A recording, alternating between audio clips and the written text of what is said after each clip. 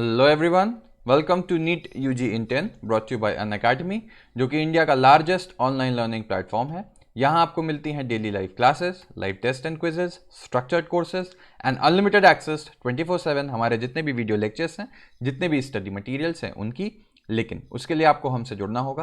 Unacademy learning app download करें Google play store पे जाके या iOS ऐप स्टोर पे जाके, एंड देन आपको लेना होगा हमारा नीट यूजी का पेड सब्सक्रिप्शन हमारे सारे फीचर्स अवेल करने के लिए। इसके लिए कई ऑप्शंस आपके पास अवेलेबल हैं 1, 3, 6, 12, 24।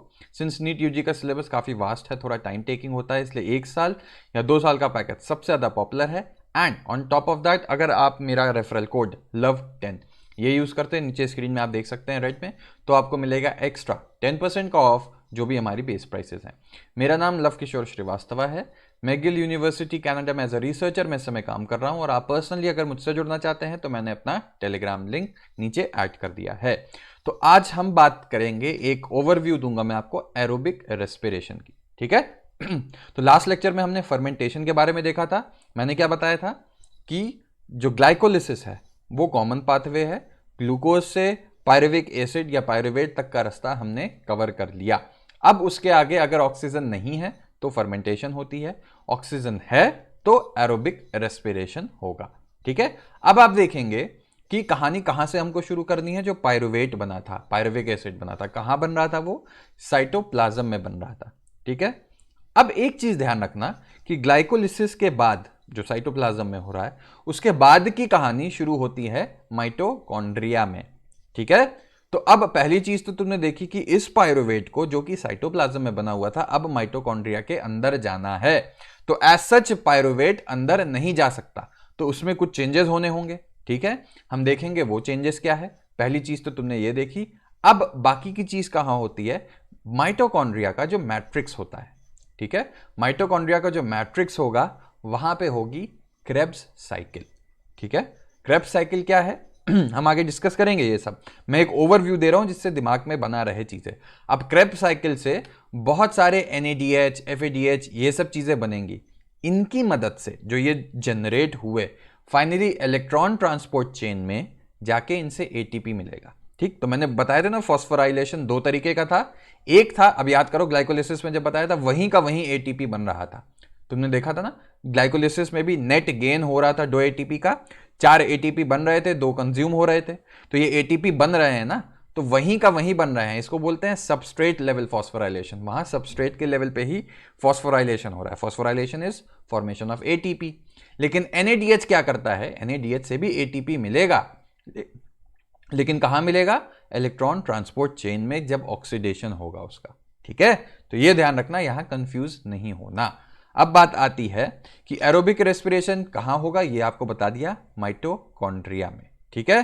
जो final product of glucose in glycolysis था pyruvate, that is transported from cytoplasm into the mitochondria. तो ये पार्ट अब आपको समझ में आ गया।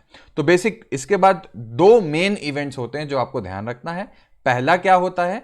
जैसे ही वो माइटोकॉन्ड्रिया में चला गया, कहां जाएगा? Matrix of mitochondria. वहां क्या होता है? The complete oxidation of pyruvate, ठीक है। स्टेप ऑक्सीडेशन क्या होता है? हाइड्रोजन ऐड होना इज रिडक्शन, और हाइड्रोजन का निकलना इज ऑक्सीडेशन, है ना। हाइड्रोजन अगर ऐड हो रहा है तो दैट इज रिडक्शन, और ऑक्सीडेशन बाहर जा रहा है, it's removal, that is oxidation, ठीक है। तो यह ध्यान रखना, इसमें कंफ्यूज मत होना। तो क्या होगा?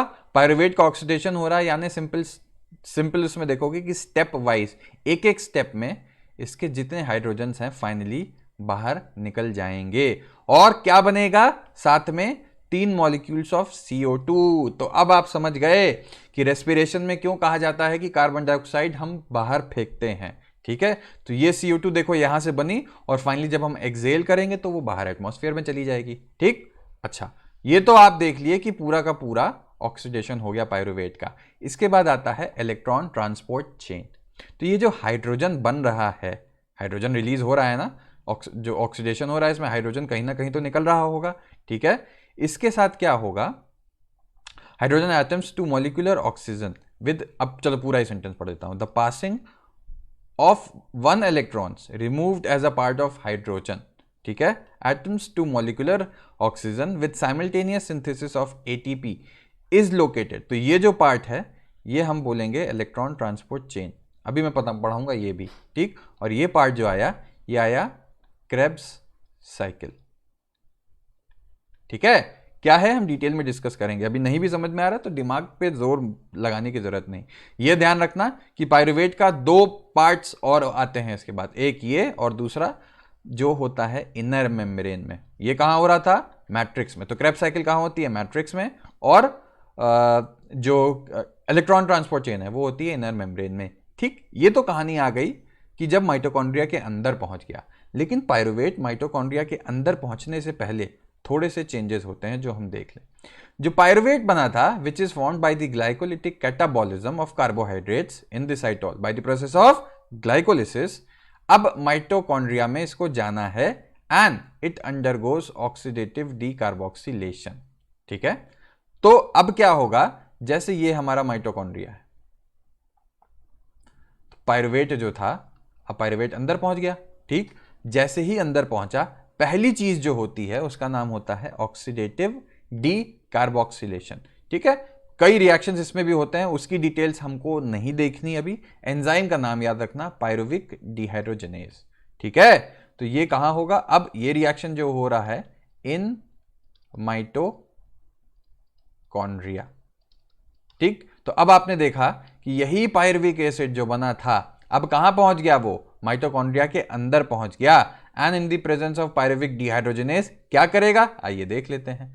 The reactions catalysed by pyruvic dehydrogenase require the participation of several coenzymes, क्या क्या, NAD+ और कोएंजाइम A, ठीक। तो यही कोएंजाइम A, अब आप देखेंगे कि क्या क्या क्या चीजें यहां हो रही होंगी। पायरुविक एसिड का अब आपको बताया था कि यहां रिडक्शन होना शुरू हो जाएगा, ठीक है। तो H+ यहां से निकलेगा, तो ये NAD+ क्या हो जाएगा, NADH बन गया, हाइड्रोजन डब होगी, ठीक है। और दूसरी चीज क्या हो रही है, ये कोएंजाइम जो रिड्यूस्ड पायरुविक एसिड का रिड्यूस फॉर्म है उससे जुड़ जाएगा और क्या बन जाएगा, एसिटल कोएंजाइम A, ठीक है।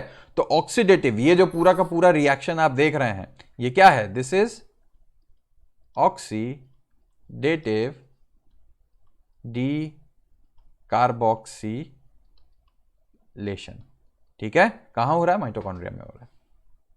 और क्या होता है, pyruvic acid in the presence of coenzyme A, NAD+, enzyme pyruvate dehydrogenase का एक्टिवेटर याद रखना मैग्नीशियम, बहुत इंपॉर्टेंट क्वेश्चन है ये, ठीक है। तो अब ये वाला रिएक्शन बहुत इंपॉर्टेंट है। तो जो पायरुविक एसिड, अब देखो कैसे बढ़ रहे हैं हम, जो पायरुविक एसिड ग्लाइकोलिसिस से बना था, साइटोप्लाज्म में था, अब वो माइटोकॉन्ड्रिया के अंदर आया। जैसे ही वो माइटोकॉन्ड्रिया के अंदर आता है, पहली चीज क्या होती है, उसकी शक्ल बदल जाती है, वो पायरुविक एसिड से एसिटाइल कोएंजाइम A बन जाता है। एंड ये सबसे इंपॉर्टेंट चीज है क्योंकि यही एसिटाइल कोएंजाइम है। अब इसके बाद क्या होना था, क्रेब्स साइकिल। तो क्रेब्स साइकिल में पायरुविक एसिड नहीं जाता, एसिटाइल कोएंजाइम A जाता है, ठीक है। तो ये ध्यान रखना। और ये स्टेप, पायरुविक एसिड की शक्ल कैसे चेंज होगी एसिटाइल कोएंजाइम A में, bye the process of oxidative decarboxylation, ठीक है। और आपने देख ही लिया यहां क्या क्या होता है, ठीक। तो अब देख लेते हैं आपकी बुक क्या लिखती है, during this process 2 molecules of NADH are produced from the metabolism of 2 molecules of pyruvic acid। ये तो आप एक रिएक्शन का देख रहे हैं, लेकिन पायरुविक एक ग्लूकोज से कितने बन रहे थे, 2 बन रहे थे। तो ये पूरा का पूरा आप 2 मल्टीप्लाई कर दो तो आपको समझ में आ जाएगा कि 2 NADH बन रहे हैं, ठीक है, 2 H+ रिलीज हो रहे हैं, 2 एसिटाइल कोएंजाइम A बनेगा एंड 2 CO2 निकल रही है, ठीक। ये तो अभी की बात हो गई। और ये पायरुविक एसिड आया कहां से था, सबको पता है, जोर से चिल्लाओ, एक मॉलिक्यूल ग्लूकोज जो ग्लाइकोलिसिस में हुआ था, ठीक। और अब यही एसिटाइल कोएंजाइम जो बना है ये आगे एंटर कर जाएगा क्रेब्स साइकिल में, जिसको हम बोलते हैं ट्राई कार्बोक्सिलिक एसिड साइकिल, जिसके बारे में हम पढ़ेंगे अगले लेक्चर में, ठीक है। और क्रेब्स साइकिल क्यों बोलते हैं, क्योंकि हैंस क्रेब्स नाम के इंसान ने, साइंटिस्ट ने खोजा था ये। तो आई होप कि एक आइडिया लग गया होगा आपको कि पायरुविक एसिड का फेट क्या है, माइटोकॉन्ड्रिया में अंदर आता है तो क्या होता है। तो वीडियो अगर पसंद आया लाइक करो, सब्सक्राइब करो। लव 10 कोड यूज करके अनअकैडमी से जुड़ना। मुझसे पर्सनली जुड़ना चाहते हो तो मैंने अपना टेलीग्राम लिंक नीचे ऐड कर दिया है, जहां मेरी क्लासेस का रेगुलर अपडेट मिलता रहेगा। Thank you.